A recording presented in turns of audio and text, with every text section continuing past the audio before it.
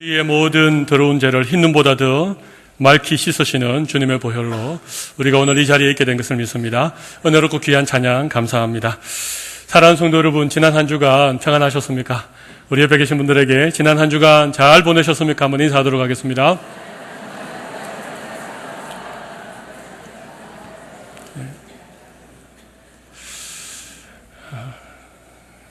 저는 제 목회에 꿈이 있습니다.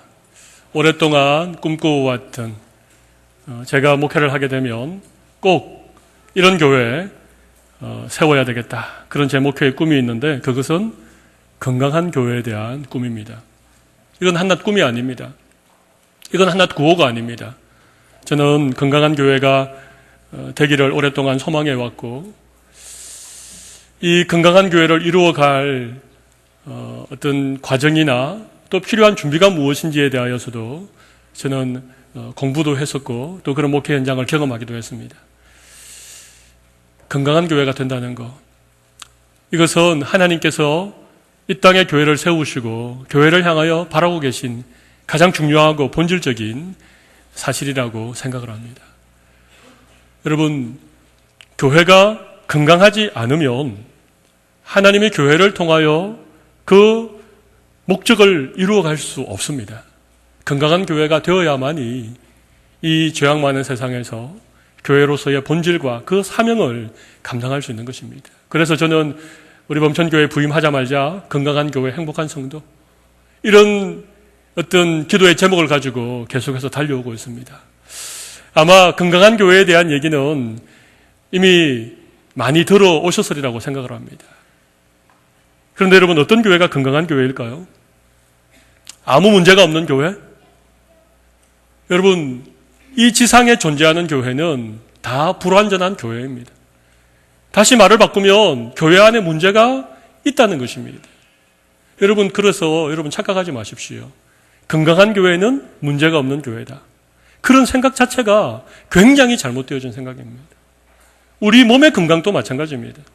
여기에 건강하신 분들도 계시고 또 몸이 좀 연약한 분이 계실 텐데, 여러분, 건강이라고 하는 게 뭡니까? 건강한 사람들의 몸에는 나쁜 세균이 하나도 없습니까? 건강한 사람들의 몸에는 이 안 좋은 바이러스가 전혀 없는 것입니까? 그렇지 않습니다. 끊임없이 세균들이 침투하고 나쁜 바이러스들이 몸을 괴롭혀도 건강한 세균들이 그것을 잘 물리쳐서 그 문제를 해결할 때에 우리의 몸의 건강이 유지되는 것입니다. 지상의 교회는 완벽한 교회가 아닙니다. 지상의 교회는 죄인들의 공동체고 불완전한 교회입니다. 교회 안에 문제가 있을 수 있습니다. 우리가 교회의 모델로 삼는 초대 예루살렘 교회, 거의 완벽에 가까운 교회였지만, 여러분, 이 예루살렘 교회에도 분명 문제가 있었습니다. 그런데 중요한 것은 이것입니다. 그 문제를 어떻게 해결하는가, 어떻게 그 문제를 극복하고 더 성숙하고 건강한 공동체로 나아가는가, 여러분, 이것이 굉장히 중요한 것 아니겠습니까? 건강한 공동체는 문제가 없는 공동체가 아니고, 건강한 공동체는 그 문제를 슬기롭게 해결하고 극복하는 공동체가 건강한 공동체입니다. 여러분, 우리 개인도 마찬가지입니다. 우리 가정도 마찬가지입니다. 여러분, 우리 개인적으로나 우리 가정적으로 볼 때에, 또 우리가 속해 있는 여러 회사나 아니면 여러 공동체를 생각해 볼 때 여러 문제가 없지 않지 않습니까? 그런데 그 문제를 어떻게 극복하고 해결해내는가, 이것이 건강한 공동체가 가지는 특징이라고 말씀을 드릴 수 있습니다. 저는 오늘 우리가 함께 읽었던 이 본문을 통하여서 예루살렘 교회가 어떻게 교회의 문제를 잘 극복하고 더 건강한 공동체로 나아가게 되었는지, 이런 부분을 한 3가지 주제를 가지고 말씀을 좀 나누어 보려고 합니다. 건강한 공동체의 특징, 첫 번째, 우리 한번 읽어보도록 하겠습니다. 건강한 공동체에도 문제는 있습니다. 다시 한번 읽어보겠습니다. 건강한 공동체에도 문제는 있습니다. 여러분, 그렇습니다. 예루살렘 교회가 정말 모델이 될 만한 초대 교회였지만 이 교회에도 문제가 늘 있었습니다. 2가지 종류의 문제가 있었습니다. 2가지 방향의 문제가 있었습니다. 첫 번째 방향은 외부로부터 오는 문제였습니다. 그렇죠? 외부에서 교회를 핍박하고 여러 가지 어려움을 주고 있는 이런 문제가 심각하게 있었습니다. 예루살렘 교회가 태동하는 그 순간부터 그 당시 유대의 종교 지도자들이었던 제사장들이나 바리새인들이나 서기관들이나 사두개인들이나 이런 사람들이 끊임없이 교회를 핍박했습니다. 예수님의 이름으로 말하지 못하게 하기도 하고, 그들을 잡아 옥에 가두기도 하고, 채찍을 때리기도 하고, 심지어는 사도들을 처형하는 그런 외부적인 핍박이 정말 심했습니다. 여러분, 그런데 그런 외부적인 문제 앞에 교회는 굴하지 않았습니다. 오히려 마음을 하나로 모으고 더 열심히 기도하고 더 불타는 사명감으로 그 외부적인 핍박 가운데에도 교회는 계속해서 성장했습니다. 여러분, 오늘날 교회가 외부적인 핍박으로 인하여 교회는 결단코 망하지 않습니다. 하나님이 세운 교회이기 때문에 그렇습니다. 두 번째 문제가 무엇이는가 하면 오늘 본문에 나타나는 내부적인 갈등, 내부적인 어려움이었습니다. 여러분, 사실은 교회 안에도 이런 내부적인 원망과 시비와 갈등이 충분히 있을 수 있다는 것입니다. 오늘 본문에 나타나는 문제는 뭐였습니까? 헬라파 유대인들의 가부와 히브리파 유대인들의 가부 사이에 일어난 원망과 시비의 문제였습니다. 여러분, 그 당시 예루살렘 교회는 서로 물건을 통용하지 않았습니까? 밭도 팔고 집도 팔아서 사도들을 발 앞에 둘 때에 그것으로 교회 안의 모든 사람들과 함께 더불어 살아가는, 그리고 그 당시는 전쟁도 많았고 일찍 남편을 여의고 평생을 과부로 살아가는 분들이 참 많았기 때문에 교회 안에도 그런 분들이 많았습니다. 그런 분들을 매일 구제하는데 헬라파 유대인들의 과부가 자꾸 구제에 빠지는 것입니다. 그것 때문에 서로가 좀 시비가 생기고 원망이 생기고 교회 안에 갈등이 생긴 것입니다. 여러분, 이런 문제가 예루살렘 교회에 생기게 되었습니다. 여러분, 초대 예루살렘 교회에도 이런 원망과 시비가 있었다면 오늘날 우리 안에도 이런 일들이 얼마든지 있을 수 있습니다. 중요한 것은 문제가 없어야 된다. 여러분, 그거 자체가 우리의 생각이 잘못되었습니다. 문제는 늘 있을 수 있습니다. 그런데 문제가 있는 곳에는 반드시 정답이 있습니다. 문제가 있어야 답이 있지요. 말을 바꾸어 하면 문제가 없으면 정답도 없습니다. 문제가 없는데 어떻게 답이 있겠습니까? 문제가 있어야 답이 있지요. 그런데 간혹 보면 이런 분들이 계십니다. 나는 전혀 문제가 없습니다. 이런 분들 계시죠? 제 말이 이해가 잘 안 되십니까? 나는 문제가 없는데 저 사람이 문제입니다. 나는 문제가 없는데 내 남편이 늘 문제입니다. 자식이 문제입니다. 부모가 문제입니다. 여러분, 그런 사람들은요, 정말 답이 없는 사람들입니다. 정말 그렇습니다. 자기가 문제 없다고, 나는 아무 문제가 없다라고 생각하는 사람은요, 그 인생은 정답이 없는 인생입니다. 여러분, 한번 생각해 보십시오. 나는 문제가 없는데 늘 다른 사람이 문제입니까? 여러분, 손바닥이 마주쳐야 소리가 나는데 나는 전혀 문제가 없는데 다른 사람 때문에 문제가 생깁니까? 그럴 수 없습니다. 문제가 있어야 정답이 있습니다. 문제가 없으면 정답도 없습니다. 나는 문제가 없다라고 하는 사람만큼 정말 답이 없는 사람이 없습니다. 그런 사람들은요, 감당이 안 됩니다. 도대체가 자기는 문제가 없다고 그러는데, 여러분, 예루살렘 교회 안에 분명히 문제가 있습니다. 그러므로 건강한 공동체, 건강한 교회는 문제가 없는 교회가 아니고 문제가 있을 때에 그 문제를 어떻게 해결해 나가는가, 그 문제의 답을 어떻게 찾아가는가, 이것이 건강한 교회입니다. 문제가 없는 교회가 아니고 문제가 있을 때에 어떻게 그 문제를 해결해 나가는가, 여러분, 이것이 건강한 교회라고 하는 것입니다. 문제에는 반드시 해답이 있고 그 해답은 하나님께서 가지고 계시다고 하는 사실을 꼭 기억하십시오. 그래서 나에게 문제가 있습니다, 이것을 인정하고 고백하는 것이 중요합니다. 그리고 하나님께 나아가 지혜를 구하고 하나님께 나아가 정답을 구하는 이런 겸손한 자세를 가진 사람들, 또 그런 성도들이 모이는 공동체가 건강한 공동체로 나아간다는 것입니다. 우리가 첫 번째 기억할 것은 예루살렘 교회 같은 건강한 공동체에도 문제가 있을 수 있다는 것입니다. 두 번째 건강한 공동체의 특징이 있습니다. 같이 한번 읽어보겠습니다. 건강한 공동체는 문제를 해결할 능력이 있습니다. 다시 한번 읽어보겠습니다. 건강한 공동체는 문제를 해결할 능력이 있습니다. 여러분, 건강한 공동체와 그렇지 못한 공동체의 차이는 이것입니다. 문제는 똑같이 있습니다. 어떤 공동체든 문제는 있는데 건강한 공동체는 그 문제를 해결할 능력이 있다는 것입니다. 그러나 건강하지 못한 공동체는 문제가 생기면 그 문제 때문에 결국은 어려워지고 그 문제 때문에 공동체가 점점 쇠퇴해 가는 것입니다. 여러분, 그런데 오늘 예루살렘 교회는 이 드러난 문제에 대하여서 어떻게 해결을 하는가? 오늘 본문 2절을 한번 보십시오. 오늘 2절 말씀 같이 한번 읽어보겠습니다. 12 사도가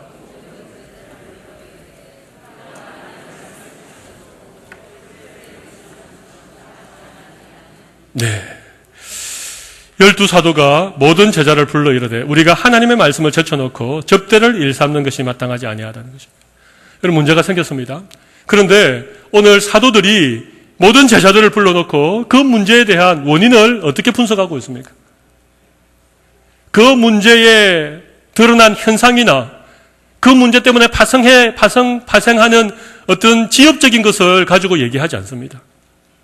이 문제의 근본 원인이 무엇인가? 이 문제가 가지고 있는 핵심이 무엇인가? 본질이 무엇인가를 사도들이 정확하게 파악을 했다는 것입니다. 여러분, 이게 중요합니다. 문제가 일어나면 그 문제로 인하여 파생하는 여러 가지 현상들에 우리가 매여 있으면 그 문제의 본질을 놓쳐버립니다. 그 문제의 원인이 무엇인지, 발단이 무엇인지를 알지 못할 때가 굉장히 많이 있습니다. 우리 몸에 병이 나면 그 병의 정확한 원인을 찾아내고 그것을 치료해야지요. 그냥 종기 하나 났다고 거기에 그냥 약 바르고 그냥 그럴 수 없는 것입니다. 오늘 사도들이 이 문제의 본질을 무엇으로 보았습니까? 하나님의 말씀을 제쳐놓고 접대를 일삼는 것이 마땅하지 아니하다. 여기 접대는 조그마한 5번으로 표기되어 있는데 그것을 밑에 각 줄을 따라 읽어보면 재정출납이라고 되어 있습니다. 다시 말하면 사도들이 말씀 전하는 것을 제껴놓고 이 접대, 재정출납을 일삼는 것 때문에 이 문제가 발생했다는 것입니다. 초대교회 사람들이 많아졌습니다. 굳이 할 일이 많아졌습니다. 또 이 재산을 어떻게 서로 분배하고 통용하는가에 대한 굉장히 많은 일들이 있었습니다. 그래서 사도들이 그 일이 바빠가지고 거기에 신경 쓰느라고 실제로 말씀을 전하고 말씀으로 공동체를 세워가는 일이 이 우선순위에서 밀려버렸다는 것입니다. 여러분, 히브리파 유대인들하고 헬라파 유대인들이랑 서로 과부들의 구제 때문에 다투었다. 이것은 드러나는 하나의 현상입니다. 그런데 사도들은 그 문제의 본질을 정확하게 파악을 한 것입니다. 여러분, 이것이 훨씬 더 중요합니다. 어떤 문제든지 그 문제의 현상을 보지 말고 그 문제의 근본 원인, 본질이 무엇인지를 파악할 수 있는 이런 지혜를 하나님께서 우리 공동체 안에 주시기를 바랍니다. 본질을 보는 게 중요합니다. 두 번째 중요한 게 있습니다. 오늘 본문 2절을 다시 한번 보십시오. 거기 보면 사도들이 분명히 이렇게 말합니다. 우리가 하나님의 말씀을 제쳐놓고 접대를 일삼는 것이 마땅하지 아니하다. 여러분, 이게 무슨 얘기입니까? 이 문제의 근본적인 원인은 사도들인 우리가 말씀을 제쳐놓고 접대를 일삼는 것으로부터 시작되어졌다. 이게 뭡니까? 그 문제의 책임이 누구에게 있다?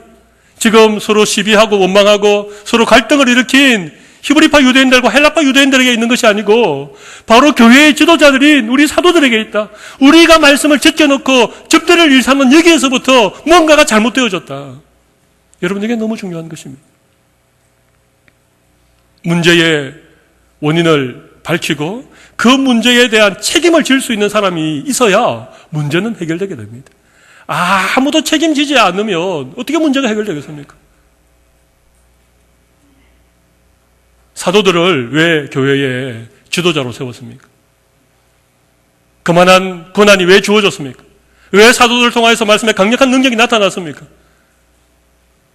그것은 하나님께서 그 교회, 예루살렘 교회를 목양할 책임을 사도들에게 맡겼기 때문입니다.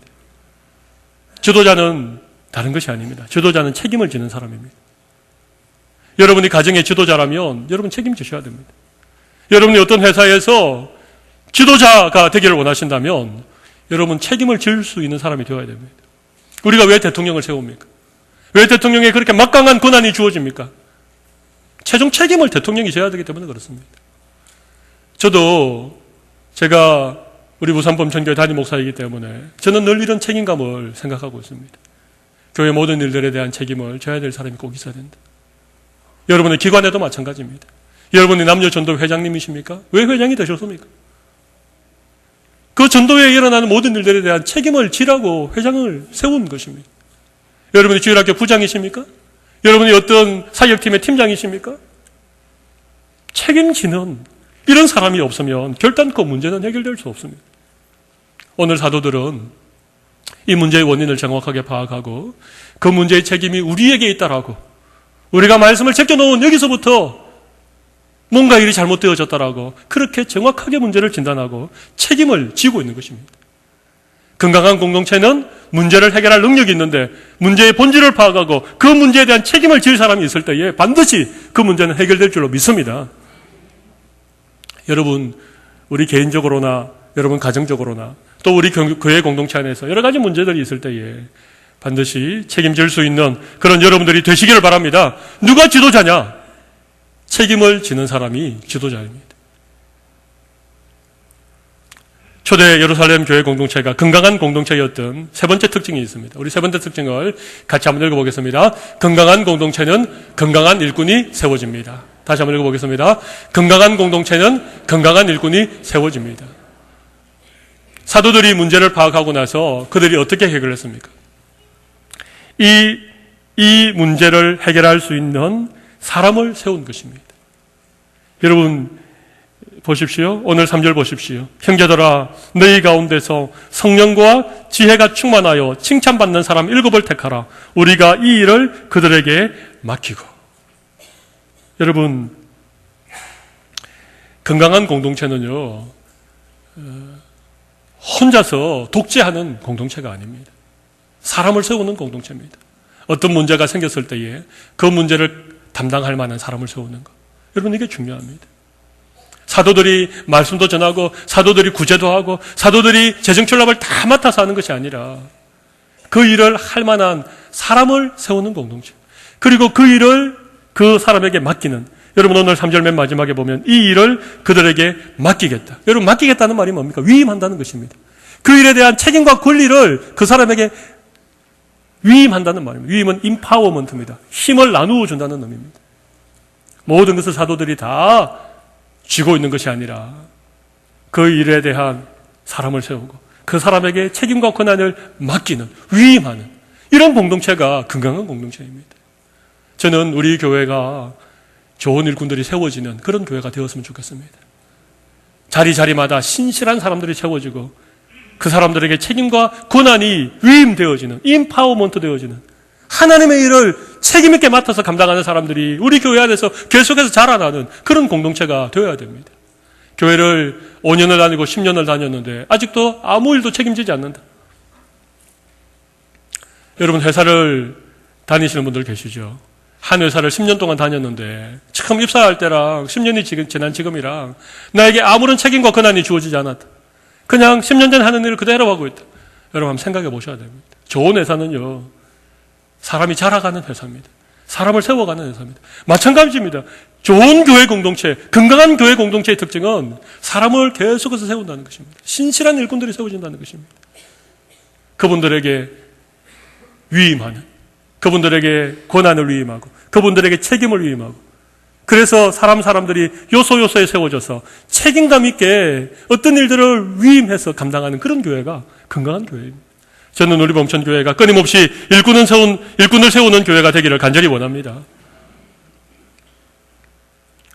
위임하는 그런 교회가 건강한 교회죠. 근데 여러분, 오늘 본문을 다시 한번 보십시오. 어떤 사람을 세웠습니까? 책임과 권한을 위임할 사람을 세우는 어떤 사람을 세웠습니까? 오늘 본문 3절을 보면 4가지가 나옵니다. 3절을 잘 읽어보면 4가지가 나옵니다. 4가지. 첫 번째가 뭡니까? 성령이 이러면 틀렸습니다. 성령이 아니고, 아닙니다. 너희 가운데서입니다. 너희 가운데서. 어떤 사람을 세워야 되느냐? 첫 번째 자격은요, 너희 가운데에서입니다. 여러분, 우리 교회 공동체 안에 하나님이 필요한 일꾼들을 다 보내주셨습니다. 우리 안에서 사람들이 세워지고 우리 안에서 사람들이 자라나야 됩니다. 저도 부산에서도 오래 목회하고 또 제가 20년 넘게 목회를 했기 때문에 제가 잘 아는 사람들이 있습니다. 저한테 이렇게 양육을 받고 자라고 지금은 참 신실한 그런 사람들이, 제가 말 한마디만 하면 우리 교회에 올만한 사람들이 있습니다. 그런데 제가 오라고 하지 않습니다. 왜냐하면 일꾼들은 우리 안에서 자라나야 됩니다. 할렐루야. 너희 안에서 이 말이 굉장히 중요합니다. 너희 가운데에서 두 번째가 뭡니까? 성령이 충만한 사람입니다. 여러분, 성령이 충만한 사람은 믿음이 좋은 사람입니다. 신실한 사람입니다. 세 번째 조건은 뭡니까? 지혜가 충만한 사람이에요. 여러분, 지혜가 충만하다는 것은 능력이 있는 사람을 말합니다. 그 일을 맡아서 감당할 만한 능력이 있는 사람. 재정출납을 감당할, 접대를 감당할 사람을 세우는데 덧셈 뺄셈이 전혀 안 되는 사람을 세우면 되겠습니까? 그러면 안 되는 것입니다. 계산이 능한 사람, 재정에 대해서 잘 알고 있는 사람, 이런 사람을 세워야죠. 여러분, 지혜가 충만하다고 하는 것은 인생의 경험과 연륜이 있을 뿐만 아니라 어떤 일을 감당할 만한 능력이 되는 사람을 의미하는 것입니다. 마지막 네 번째 자격은 뭡니까? 그렇습니다. 사람들에게 칭찬받는 사람입니다. 여러분, 나는 믿음도 좋고 나는 능력도 되는데 왜 나를 안 세워주나? 혹시나 그런 것들 때문에 마음이 힘든 분들 계십니까? 사람들에게 칭찬받는 사람, 이 부분을 잘 생각해 보십시오. 사람들이 그 사람은 정말 아닌 것 같습니다. 이러면 안 되는 것입니다. 모든 사람들이 칭찬하는, 모든 사람들이 인정해주는 이 네 가지 조건을 갖춘 7 사람을 세웠습니다. 우리가 흔히 7 사람을 예루살렘 교회 7 집사라고 그렇게 명명합니다만 성경에는 집사라고 하는 구체적인 표현은 안 나옵니다. 그러나 그들이 접대하는 일, 즉 재정출납의 일을 맡았기 때문에 이들을 7 집사라고 그렇게 명칭을 합니다. 그리고 사도들은 본연의 의무, 기도하는 것과 말씀으로 사역하는 일에 힘을 모았습니다. 7 집사에게 구제하고 접대하고 재정출납하는 일을 맡기고 사도들은 본연의 기도와 말씀에 힘을 쏟았습니다. 여러분, 이렇게 될 때에 문제는 깨끗하게 해결이 되어지고 다시 초대 예루살렘 교회가 놀라운 부흥의 그런 역사를 이어가게 된 것입니다. 그런데 여러분, 이 7 집사, 이번은 이때 세워진 7 집사들의 이름이 5절에 나오죠. 5절에 보면 온 무리가 이 말을 기뻐하여 믿음과 성령이 충만한 사람 스데반과 빌립과 보르고로와 니가노로와 디몬과 바메나와 유대교에 입교했던 암디옥 사람 니골라를 택하였다. 근데 여러분, 이 7 사람의 이름에 특징이 있습니다. 여러분, 이름을 가만히 보면 뭔가 좀 다르지 않습니까? 베드로, 야고보, 요한, 시몬, 유다, 이런 이름과 좀 다르지요.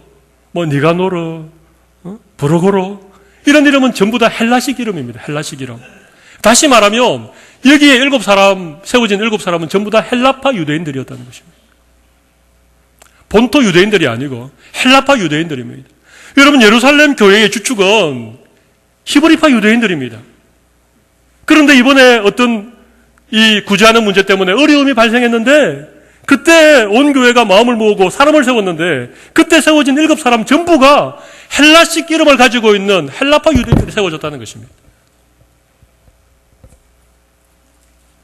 저는 이 말씀을 읽고 묵상하는 가운데 참 예루살렘 교회가 왜 강력한 교회였는가? 왜 이 예루살렘 교회를 통하여서 강력한 복음의 능력들이 나타났는가? 여러분, 예루살렘 교회는 사람을 차별하지 않았습니다. 뭐 본토 유대인이든지 이 디아스포라, 이 흩어졌던 그런 지역에서 온 그런 유대인들이든지 여러분, 교회 안에 일꾼을 세우고 함께 사역을 위임하고 함께 몸된 교회를 세워나가는 일에 전혀 차별이 없었다는 것입니다. 오히려 이 헬라파 유대인들을 더 세워주는, 그들이 얼마든지 일할 수 있는 자리를 만들어주고 마음껏 섬길 수 있는 기회를 제공하는 교회가 예루살렘 교회였습니다.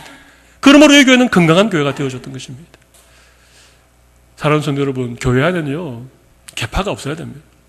교회 안에는 토백이 이런 얘기가 없어야 됩니다. 나는 우리 교회 40년 됐다, 나는 50년 됐다, 그런 얘기가 없어야 됩니다. 우리 교회를 처음 와서 새로 예수 믿고 새롭게 신앙생활하는 사람들도 본인들이 교회 공동체 안에서 마음껏 은혜를 누리고 또 어떤 일에 정말 열심히 섬기고 봉사할 수 있도록 여러분 그렇게 해야 됩니다. 그런 교회가 건강한 교회가 되는 것입니다. 예루살렘 교회는 편견과 예루살렘 교회는 이런 어떤 지역적인 어떤 그런 색깔과 예루살렘 교회는 뭐 오래된 신자, 뭐 처음 믿은 신자 이런 데 대한 어떤 구별이나 이런 차별이 전혀 없는 그런 좋은 공동체였습니다. 그래서 이번에 세워진 이 헬라식 이름을 가지고 있는 7 집사들이 교회가 감당해야 된 그런 어떤 재정 출납에 관한 모든 일들을 잘 감당하였기 때문에 다시 한번 사도들은 기도와 말씀에 힘을 실었습니다.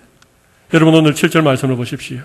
하나님의 말씀이 점점 왕성하여, 왜 하나님의 말씀이 점점 왕성해졌겠습니까? 사도들이 본연의 일을 했기 때문에 그렇습니다. 사도들이 다시 말씀 연구하고 기도하는 일에 힘을 쏟을 수 있었기 때문에 7 집사들이 교회의 다른 여러 가지 일들을 함께 위임받고 그 일을 책임있게 감당해 주었기 때문에 사도들의 말씀에 점점 힘이 생기게 되어진 것입니다. 사랑하는 성도 여러분, 오늘 교회는 이렇게 사람을 세우는 교회, 사람들에게 어떤 사역을 위임하는 교회, 함께 몸된 교회를 책임있게 섬겨가는 교회, 여러분 이런 교회가 건강한 교회가 되어집니다. 오늘 말씀 듣는 여러분들 가운데에도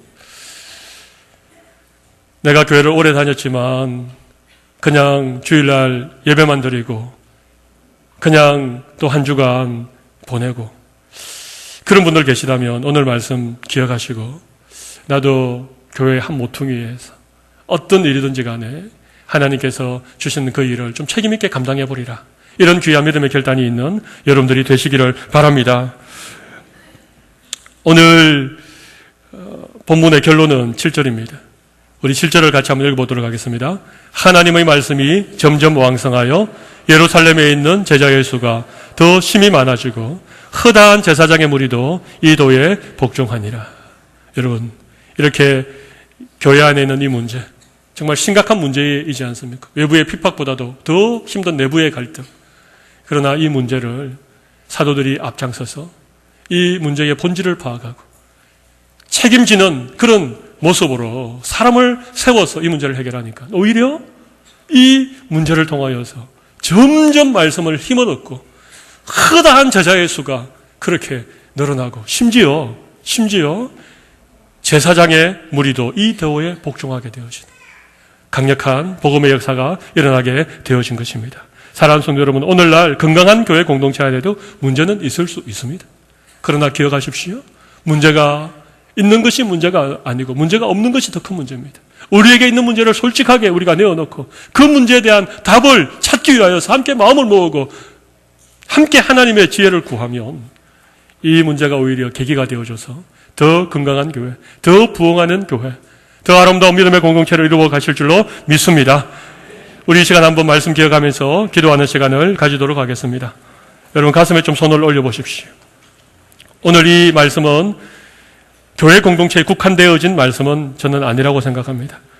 물론 예루살렘 교회에 일어난 일이었지만 오늘날 우리가 살아가는 세상에 수많은 문제들이 있고 그 문제에 원인이 있고 그 문제를 해결해야만이 앞으로 나아갈 수 있는데 우리 가정에도 해당하는 말씀이고 우리의 직장이나 우리가 소속해 있는 여러 기관이나 공동체에도 동일하게 적용되어지는 말씀이라고 생각합니다. 오늘 이 말씀을 통해서 여러분들이 지도자가 되십시오. 여러분들이 책임 있는 사람들이, 책임지는 사람들이 되십시오. 그러면 하나님께서 여러분에게 은혜 베푸셔서 여러분을 통하여서 여러분이 소속해 있는 공동체가 더 건강하고 아름다운 공동체가 되게 하실 것입니다. 우리 이런 기도의 제목들 가지고 이 시간 한번 통성으로 기도하도록 하겠습니다. 살아계신 하나님 아버지, 오늘 건강한 공동체의 특징에 대하여서 함께 말씀의 은혜를 나누었습니다.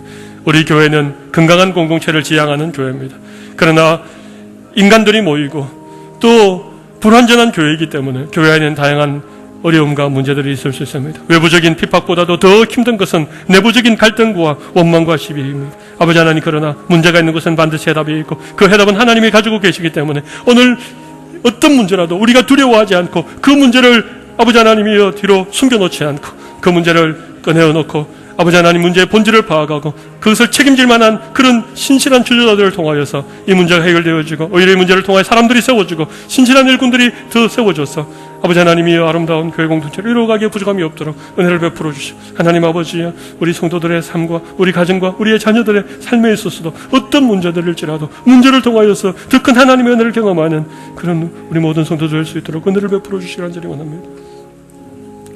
살아계신 하나님 아버지, 오늘 건강한 공동체의 특징이 어떠한지에 대하여서 오늘 예루살렘 교회가 내부적인 그 갈등의 문제를 해결해 나가는 과정을 통하여 살펴보게 하신 것을 진심으로 감사합니다. 문제는 언제든지 있습니다. 그러나 그 문제에 대한 답도 있으며 그 답을 찾아나가는 과정 자체가 오히려 교회가 더 건강해지고 공동체가 성장해 갈 수 있는 과정인 것을 저희들 분명히 알게 하여 주시옵소서. 책임을 위임하고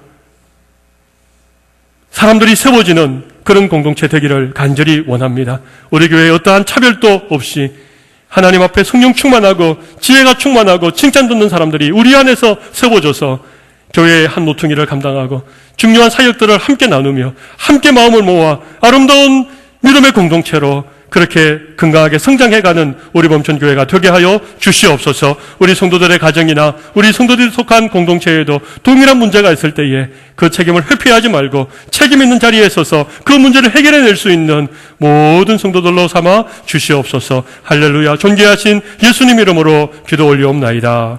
아멘.